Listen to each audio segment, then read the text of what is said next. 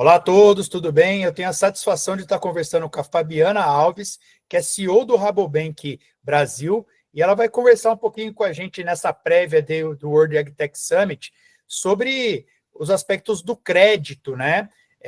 No país, as políticas do Rabobank, enfim, o que se destaca nesse momento.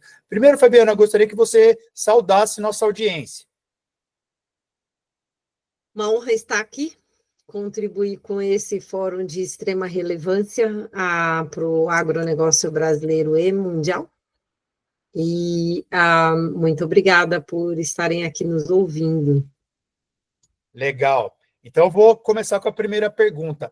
Fabiana, como é que você vê o cenário do crédito privado para a próxima safra aqui no Brasil, né? Já essa 24, 25 já está praticamente aí indo para o final, a gente já começa a se preparar para 25, 26, e a gente sabe que o crédito privado tem ficado cada vez mais importante para financiar o produtor, né? Como é que você vê o cenário aí, juros altos, outros aspectos? O que você pode comentar para mim? Bom, como eu sempre digo, o agro é um setor de extremo interesse para o setor financeiro privado. Ao longo das últimas décadas, o setor cresceu tanto e não necessariamente o financiamento baseado nos programas do governo, os programas públicos, conseguiram atender a essa demanda, o que abriu espaço para o crédito privado. E é um setor que entrega muito ganhos de eficiência, que continua crescendo, base da nossa economia, mais de 25% do nosso GDP e dos empregos também. Então, portanto, um setor conceitualmente extremamente interessante, além do fato de ser um setor que trabalha com crédito colateralizado por ativos de alto valor, que são as terras, né? Especificamente quando estamos falando aí do crédito à produção primária, né? Quando a gente fala de agronegócio, a gente fala da cadeia inteira, mas o crédito específico à produção primária. Então, eu acho que é muito atrativo, conceitualmente. O que são os problemas que a gente enxerga? Sim, as taxas de juros certamente machucam e tornam os investimentos a serem feitos dentro do setor menos atrativos, né? Menos apetite aí por investimentos, principalmente investimentos que dependem de um capital de longo prazo. Mas eu acho que tem aí um segundo aspecto que é muito importante, que é a segurança jurídica. Esse crédito privado hoje está abalado, está impactado por uma insegurança jurídica, a vinda de recuperações judiciais e determinação de terra como bem essencial. O crescimento do crédito no setor foi pautado pelo uso da alienação fiduciária como um instrumento de garantia que traz segurança para as instituições financeiras, e essa segurança está impactada, está questionada com as medidas mais recentes e as decisões judiciais mais recentes. Então, acho que isso é um grande ponto de atenção que precisa ser levado em conta. Se a gente não vê uma segurança jurídica adequada, certamente o crédito fica comprometido, o volume de crédito fica comprometido. E o que é muito chato nessa história é que os bons pagadores acabam pagando a conta dos maus pagadores. Todo risco se reflete em crédito mais caro, né? Exatamente, exatamente. Então, eu acho que esse é um grande ponto de atenção. O segundo grande ponto de atenção são as questões ambientais, né? A regulamentação está ficando mais explícita e mais restrita, o monitoramento sendo atribuído como responsabilidade da indústria financeira, o que tudo bem, mas para isso a indústria financeira precisa contar com um processo de monitoramento e de oferta de dados públicos de qualidade, e no tempo adequado das transações financeiras, né? Então, quando o monitoramento traz dados atrasados, isso nos impacta, e quando a celeridade dos processos administrativos e dos procedimentos que são necessários para garantir o compliance ambiental não acompanham a velocidade e o timing necessário para as transações financeiras. Isso é um outro ponto de atenção, que tem sido extremamente impactado pelo baixo volume de CAR aprovados que a gente tem no país, e pela desconexão entre monitoramento federal e monitoramentos o que está sobre a autoridade dos estados. Então, é algo que o governo precisa atuar para resolver. Era isso que eu ia fazer um comparativo. O Rabobank é um banco global com uma gigantesca expertise, raiz no agronegócio, né? Como é que é comparativamente esses dois aspectos em outros países, ou nos países que devem ser exemplo? Ou seja, a segurança jurídica e o monitoramento ambiental. Como isso é feito? Se a gente pode aprender alguma coisa da expertise também do Rabobank. Olha, são aspectos que são menos críticos em outros países, né? Por exemplo, nós temos uma atuação forte aí na Austrália, nos Estados Unidos, na Holanda. Não são questões que trazem essa preocupação. A regulamentação está muito melhor alinhada com a disponibilidade de dados públicos e com a celeridade dos processos administrativos e de compliance. Então, realmente, esse é um problema que a gente não tem em outros países, né? Além da segurança jurídica, porque os processos jurídicos correm muito mais rápido, com muito mais previsibilidade e com muito mais, com uma framework muito mais clara em termos de expectativas de outcomes do que pode acontecer, o que traz mais segurança para a indústria financeira. Tá certo. Você comentou sobre as recuperações judiciais e vamos colocar assim, a perda da garantia de terras, né? Isso já está precificado para novos ciclos de concessão de crédito? Por exemplo, no Rabobank, o que isso impactou? É possível saber tantos por cento ou tantos bilhões a menos de crédito? É possível dar números a isso? Com esta correlação, não. A gente vai continuar com o nosso apetite de financiar o setor, de crescer junto com o setor e tudo mais. O que impacta é o nosso processo de seleção dos nossos clientes e das transações que a gente dá o suporte financeiro. É o rigor com que a gente faz as avaliações num primeiro momento. Entendi. Tá. E como é que é a atuação do Rabobank aqui no Brasil? Quais são os principais focos? Tem perfis de clientes, tem tipos de cultura, tem regiões? Como é que é isso? Ou é só pela solvência, pela garantia de solvência, ou pelo perfil, enfim, pelo perfil do produtor em termos ambientais também, trabalhistas e outros? Não, é por tudo. Na verdade, a gente é super criterioso numa avaliação bem universal do cliente, que começa, sim, pela capacidade de geração de caixa da operação em si. Mas, especificamente, o Rabobank ele é focado nas commodities globalmente precificadas, então, focado em dar suporte dentro da cadeia ao que é voltado para a exportação, direto ou indiretamente. Né? Esse é o nosso modelo de negócio, por sermos uma instituição financeira, basicamente a grande maioria do nosso fundos é em moeda estrangeira, então ele faz sentido econômico e sentido de risco para aqueles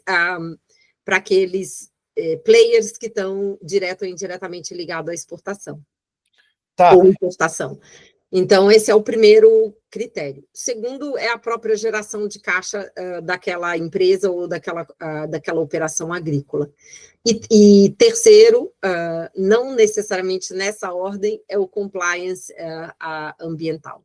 O compliance, na verdade, para te falar a verdade, o compliance ambiental vem antes de tudo, de todos esses, porque em não havendo conforto com compliance ambiental, a gente nem segue na avaliação financeira ou na avaliação de risco financeiro ou na dimensionamento dos limites de crédito.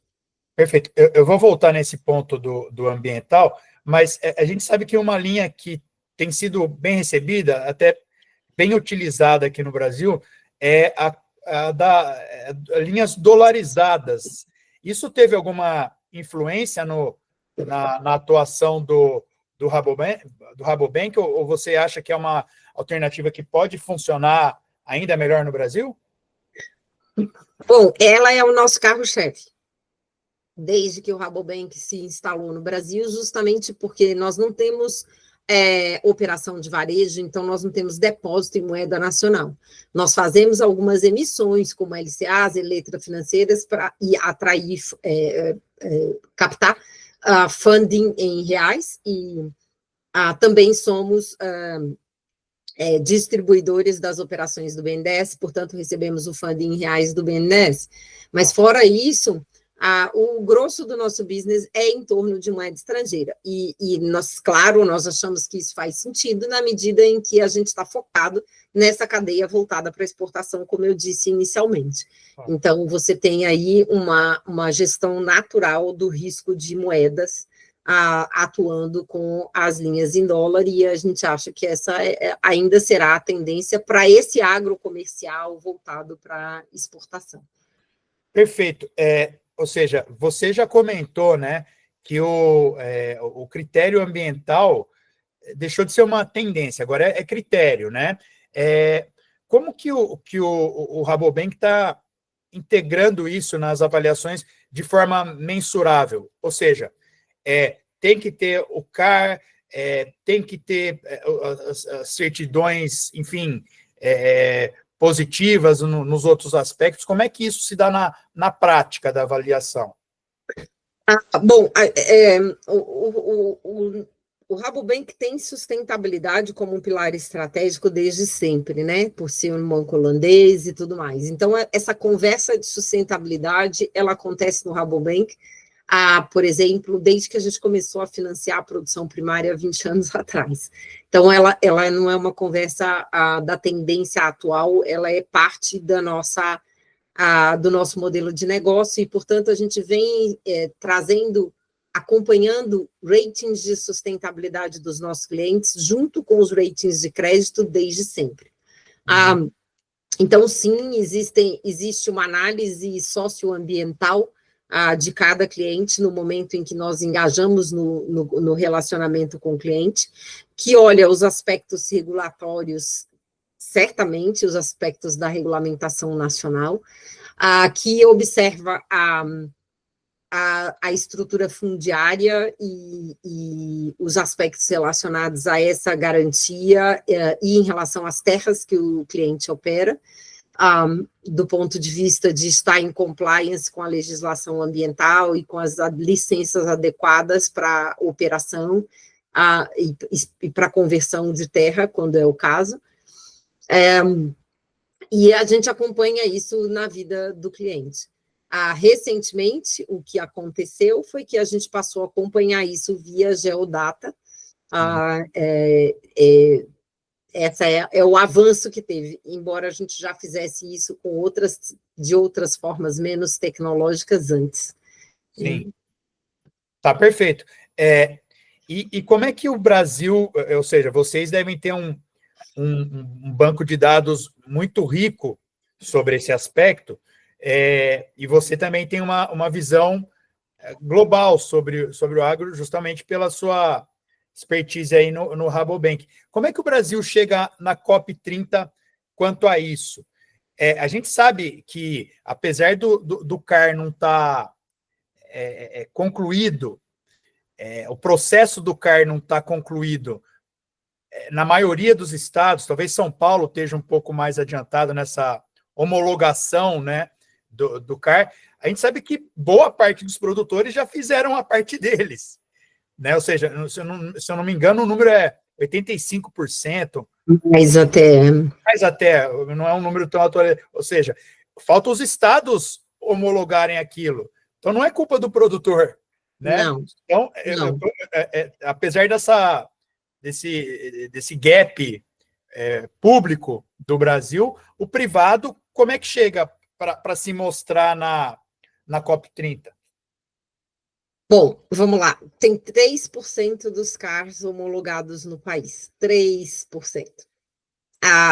Embora o percentual de a aplicação, né, de colocação dos dados, que era um processo, né, de declaração voluntária, esse tem mais, perto, acho que mais de 90% colocado.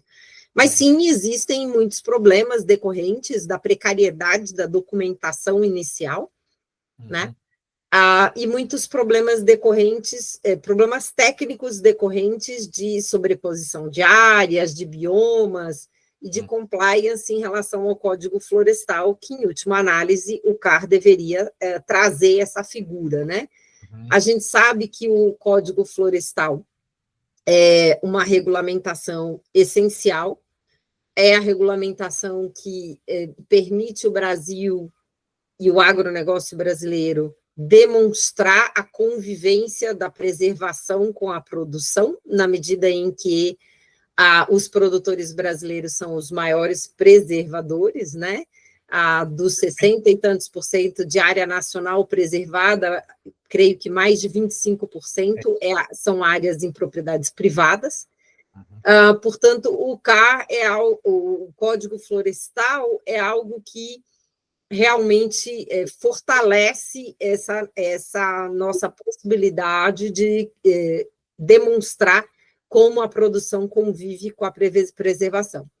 No entanto, ele se torna também, ele é para ser a nossa maior fortaleza e se torna uma fraqueza, porque em não tendo CAR, e em não tendo os tempos de ajuste encaminhados, sendo executados, né, os planos de recuperação referentes àquelas áreas que tinham sido convertidas antes da data de corte do Código Florestal, ou que houveram conversão de terras inadequadas ou incorretas depois, tudo isso para se fechar esse ciclo e a gente ter os CARs aprovados e a conformidade do Código Florestal, isso é essencial para o posicionamento do Brasil.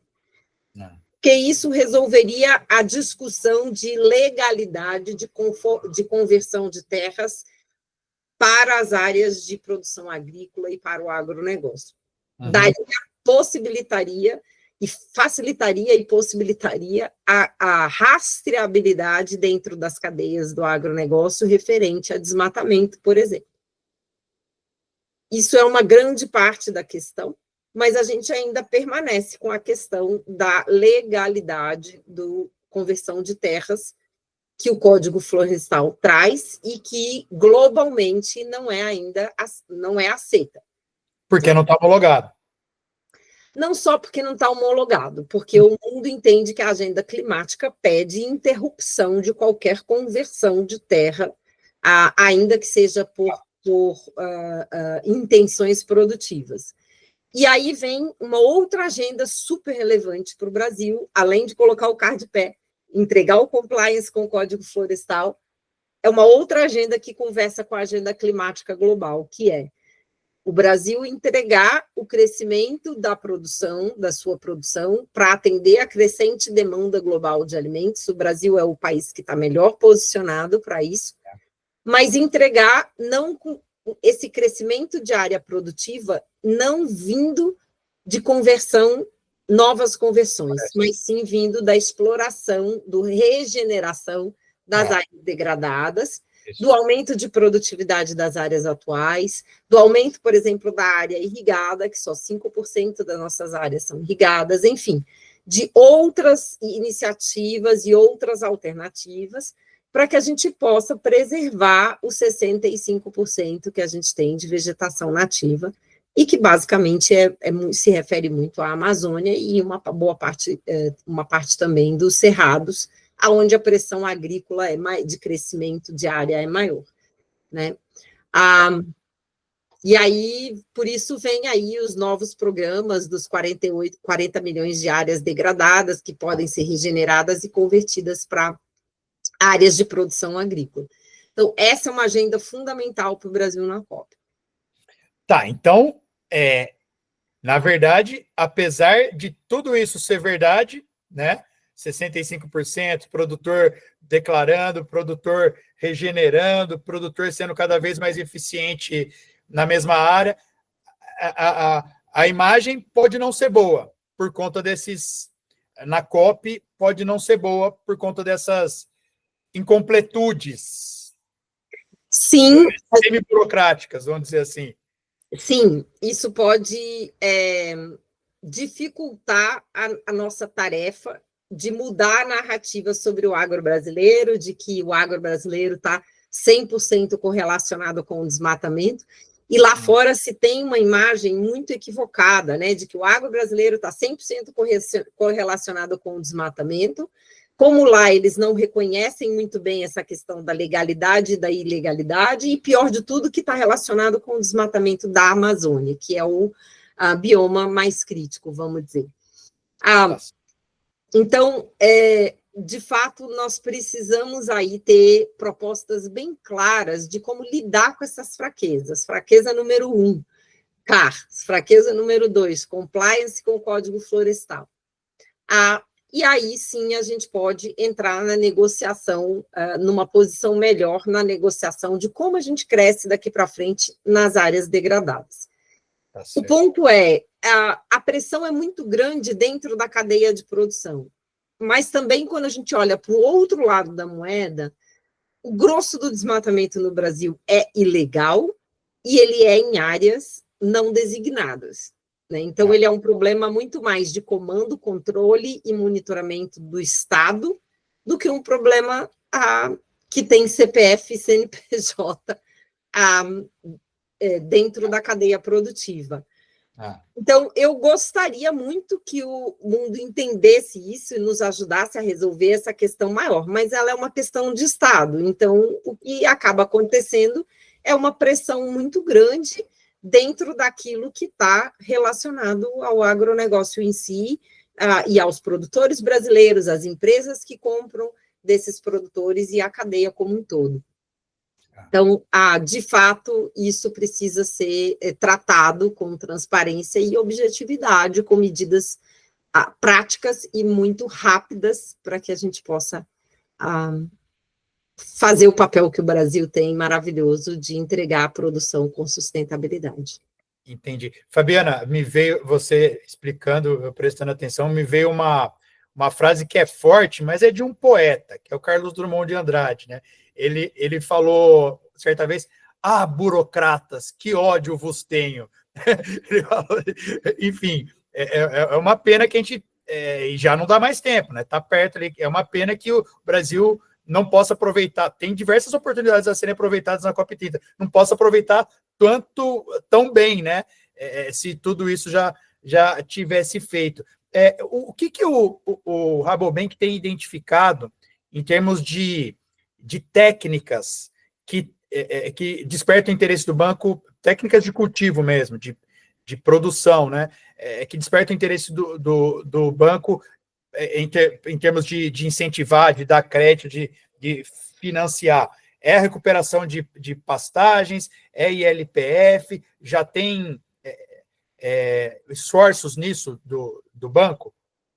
Bom, eu acho que tem uma outra agenda muito positiva, que, historicamente, o agronegócio brasileiro é um agronegócio de altíssima adoção de novas tecnologias. Foi assim que a gente chegou até aqui, crescendo a produtividade 4 vezes mais do que crescendo a área plantada, né? E quando a gente fala em área plantada, isso se reflete na cadeia como um todo, porque cresce a indústria cresce o setor de insumos, crescem os setores comerciais e de processamento, e a exportação como um todo, e a disponibilização também desses produtos no mercado interno. Então, a adoção de tecnologia não é um problema, mas ela precisa estar lastreada em investimentos na pesquisa, em políticas públicas e em suporte financeiro, né? Há recursos financeiros para esse investimento. Dito isso, porque o produtor brasileiro percebe que ele precisa zelar pela sustentabilidade do seu ativo, antes de mais nada, né, do seu principal ativo, que é a terra, né, e de um ativo que é um ativo nacional, que é a nossa condição climática, que permite 2 safras, que permite o plantio direto, permite essa excelência em produção que a gente tem, que isso tudo é favorecido quando a gente pensa na adoção de agricultura regenerativa, de práticas de agricultura regenerativa, porque essas práticas, elas aumentam a resiliência climática do ativo, do nosso ativo, do nosso produtor.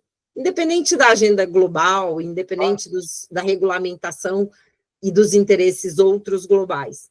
Ela é importante porque ela garante a nossa resiliência climática e ela protege o principal ativo dos nossos produtores, que é a terra. Então, felizmente, isso tem levado o Brasil a uma posição de o segundo país que está adotando as práticas de agricultura regenerativa mais rápido. Por que segundo, Fabiana? Hã? Por que segundo? Em termos de área, né?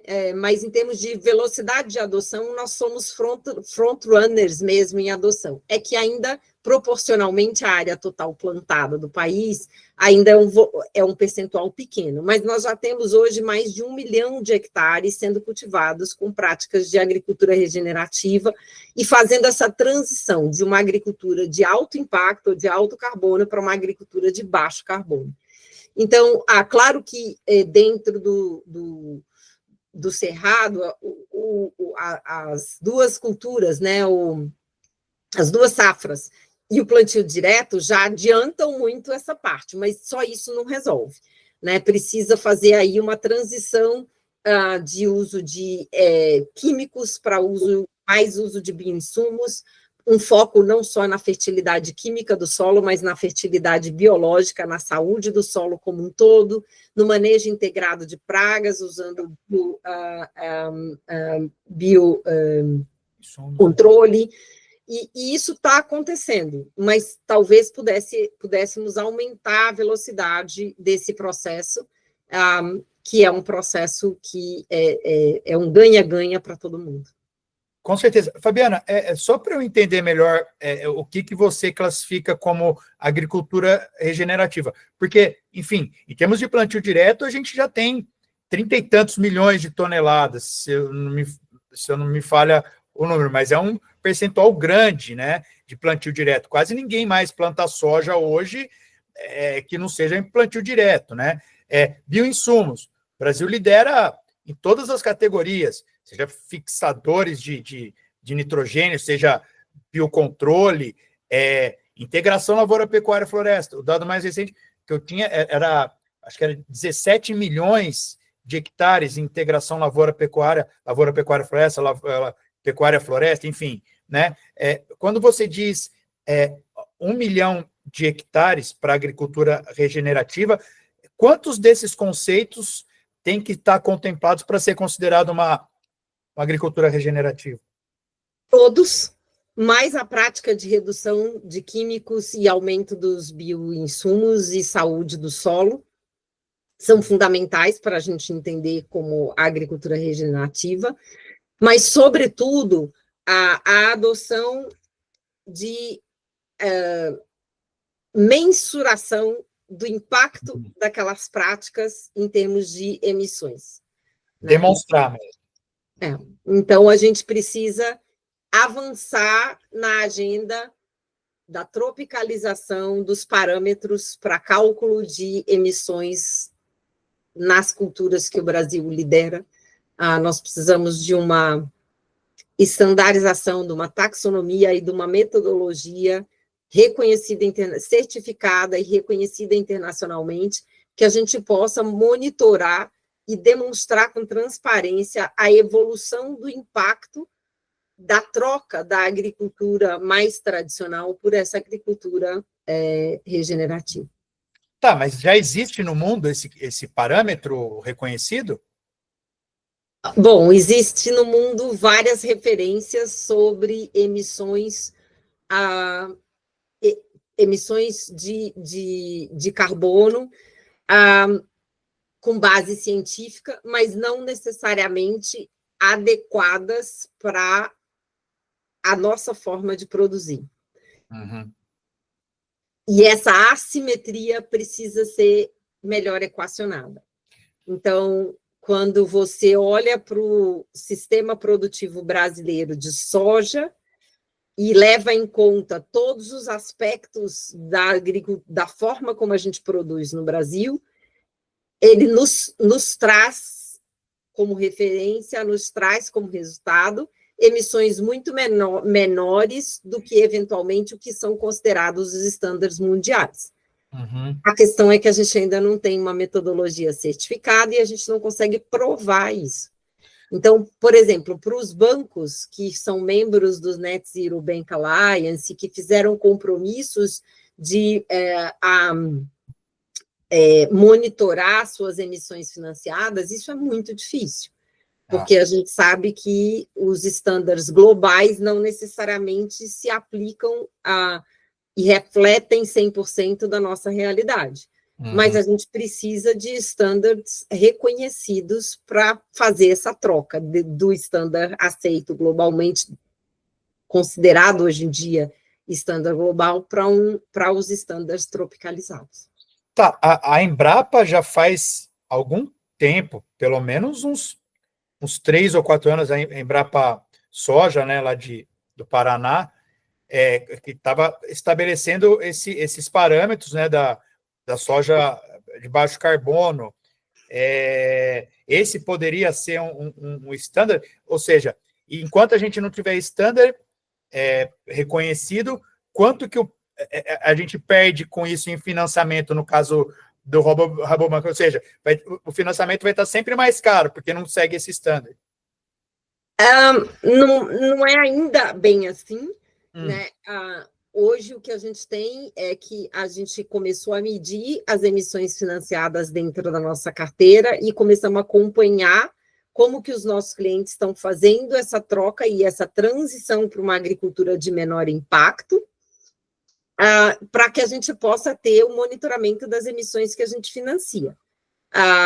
Sim, a Embrapa é um pilar, é um fator-chave nessa equação. Mas o que a gente não pode ter é um modelo sendo desenvolvido para uma situação específica, de maneira que a gente não consiga ter uma referência que se aplique ao país. É claro que a gente sabe que tem diferenças grandes aí entre geográficas, climáticas e, portanto, de práticas agrícolas de uma região para outra.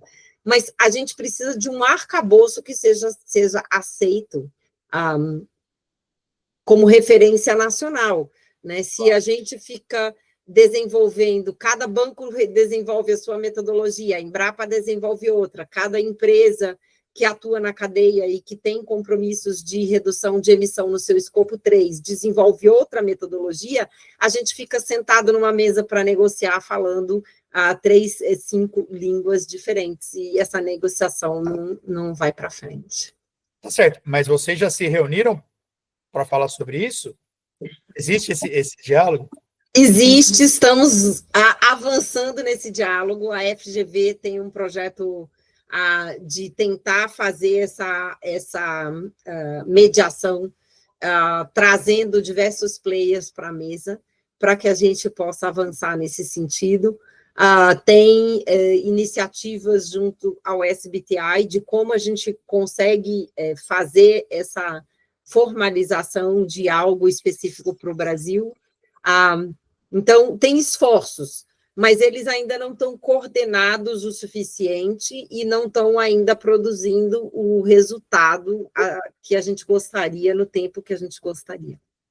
Entendi, tá certo. Então, que tá muito boa essa conversa, eu estou vendo várias coisas por outro ângulo que eu nunca tinha imaginado, mas o nosso tempo também é limitado, o seu tempo, principalmente, Fabiana. Então, eu tenho mais uma pergunta. Você falou que vocês já estão medindo, ainda que não haja esse standard para o Brasil, né, esse padrão para mim, vocês estão já medindo como é que são as emissões financiadas, né, pelo Rabobank. Quanto isso tem diminuído aí nos últimos anos? Esse foi um projeto que começou tem apenas 2 anos, né? Então, hoje a gente tem 2 milhões de hectares mapeados. Pelo visto, é um mapeamento com uma única metodologia consistente. Eu acho que é o maior mapeamento que tem no Brasil hoje em dia. Ele não se refere a muitos produtores, porque nós estamos trabalhando com grandes produtores, mas o que a gente percebe é que, na medida em que a gente traz essa discussão para a mesa e que a gente ajuda os nossos clientes a entenderem a correlação das práticas com o carbono emitido, discute as possibilidades de redução disso ao longo do tempo, isso acaba fomentando as práticas de agricultura regenerativa e o interesse dos clientes em olhar para essa questão das emissões. Mas, de novo, esse interesse ele só vai ser traduzido em algo material e de escala se a gente conseguir traduzir isso em benefícios, né, para esses produtores. Né? Então, para os produtores e para a cadeia em si. Né? Por isso é que precisa de uma coordenação muito maior aí dentro da própria cadeia, porque essas medições beneficiam a cadeia como um todo. Tá, mas esses 2 milhões de hectares, que não é uma parte pequena, da agricultura brasileira como um todo, mas é um volume relevantíssimo. Você falou 2 anos. 2 anos no Brasil são de 4 a 6 safras, né? Eles já têm algum número, ou seja, eles conseguiram reduzir ou aumentar a fixação de carbono no solo X. Isso seria muito interessante, ou seja, quando o banco coloca esse critério e ajuda o produtor participa junto com o produtor dessa medição com o intuito de melhorar o negócio dele e também poder ter o crédito mais barato, eles conseguem fazer tão rápido quanto isso. Tem algum número aí que vocês já observam?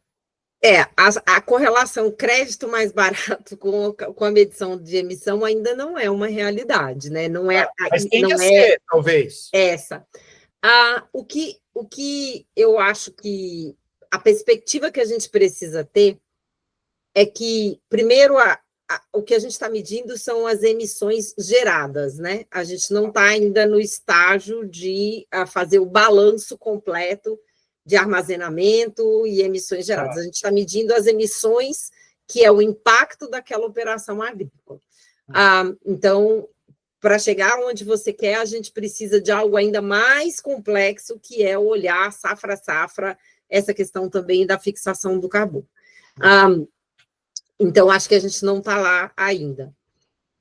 Mas o que eu acho que é a perspectiva, a cenoura que está lá na frente, é que no momento em que a gente tiver, de novo, Código Florestal implementado, CAR, incentivos adequados para crescimento em cima de área degradada, e ao invés de ser incentivo, de continuar havendo incentivo financeiro para a abertura de novas áreas, e a gente tiver metodologias transparentes, claras e certificadas sobre as emissões, a gente tem tudo que é necessário para entregar uma nova commodity, que é o carbono. Perfeito. Então, eu acredito que o carbono tem potencial para ser a nova commodity de exportação do Brasil, porque os números, nem são meus, da Bloomberg, dizem que 30% do carbono negociado no mundo vai passar pelo Brasil. Uhum. Mas, para isso, a gente precisa estruturar o nosso sistema, né? Os enablers, né? Que precisam estar no lugar para que a gente faça a entrega desse carbono. Perfeito. E quando a gente olha para o que hoje é monitorado globalmente, existe uma imposição de uma emissão pelo desmatamento em relação, por exemplo, à soja. Uhum. Né? No cálculo de emissões de soja hoje em dia, nos padrões internacionais, está embutido um volume muito grande de emissão por desmatamento. Uhum. Né? Mas se a gente tem tudo isso que eu falei instalado e funcionando, a gente consegue reverter, a gente consegue ter argumentos para reverter isso, porque a soja que está sendo produzida hoje, né, em cima de uma área que já é aberta, em cima de uma área que está com práticas de agricultura regenerativa e tudo mais, deveria ter uma outra classificação do que o cálculo genérico de que 1 hectare de soja corresponde a X hectares de desmatamento e as emissões serem calculadas com base num modelo genérico, né? Então, a gente precisa sair desse lugar. Claro. Então, precisamos colocar os enablers de pé e precisamos criar todo o arcabouço para que o carbono seja a nova commodity de exportação do Brasil. E aí eu queria fechar dizendo, hoje a gente tem um excesso, muitas áreas produtivas e muitos produtores rurais têm excesso de área em relação ao Código Florestal. Alguns têm déficit em algumas matrículas e estão aguardando a movimentação do sistema para poder fazer as suas compensações de forma adequada, com regeneração, com compra de áreas de reserva, enfim, isso tudo precisa ser destravado. Isso imediatamente colocaria o mercado de regeneração e de restauração, colocaria o Brasil numa posição muito melhor. Mas para aqueles que têm excesso em relação ao Código Florestal e que, portanto, poderiam adquirir as suas licenças, requisitar suas licenças e fazer conversão de novas áreas, o que significaria emissões, né? Porque essa conversão gera por si só uma emissão muito grande.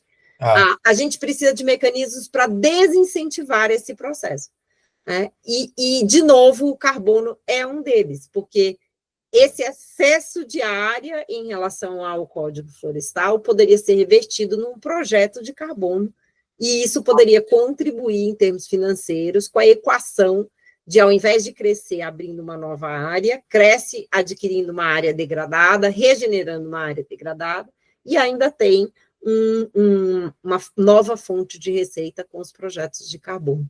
Então, tudo isso que eu falei se fecha nesse ciclo, que é o ciclo de o Brasil se tornar um exportador de carbono, que é para isso que a gente tem trabalhado dentro do Rabobank, com diversas iniciativas, mas é com essa intenção. Perfeito, tá ótimo para fechar. Eu só quero entender uma última coisa. O Rabobank já não financia novas áreas? Financiamos. O que a gente tem buscado é alternativas para isso, né? Tá. A gente tem clientes que, sim, ainda têm excesso de áreas e têm licenças de conversão já emitidas. Então, nós não deixamos de trabalhar com esses clientes nesse momento, até porque entendemos que isso diz respeito à regulamentação, ao nosso ambiente de negócio, ao contexto nacional. Mas a gente está buscando mecanismos de desincentivar essa abertura. Perfeito. Até porque existem restrições comerciais vindo por aí, né, em relação aos produtos originados nessas áreas de conversão após 2020. Né, então... Lei europeia. E agora o que a gente tem ouvido é que, de fato, existe uma pressão para a implementação. Existia um ponto de interrogação se isso ia realmente acontecer, e agora a gente está começando a ver acontecer.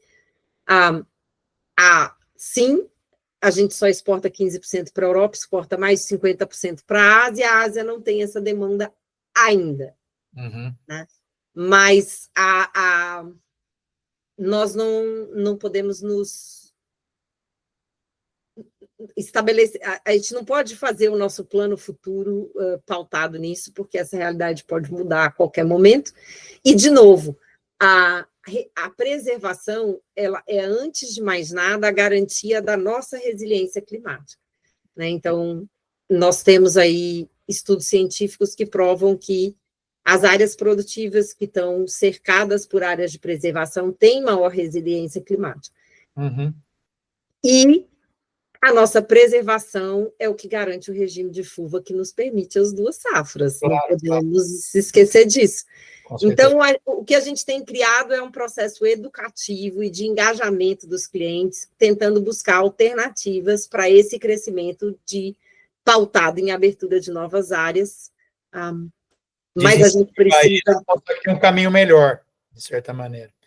Perfeito. Fabiana, foi uma satisfação conversar com você, aprendi muito, quero falar outras vezes no futuro, e peço, por favor, que nos deixe aí atualizados sobre as novidades do Rabobank, a equipe de vocês aí também sempre me manda coisas super interessantes, a gente usa sempre, enfim, estamos aqui à disposição. Muito obrigado, viu, Fabiana? Eu que agradeço pela oportunidade.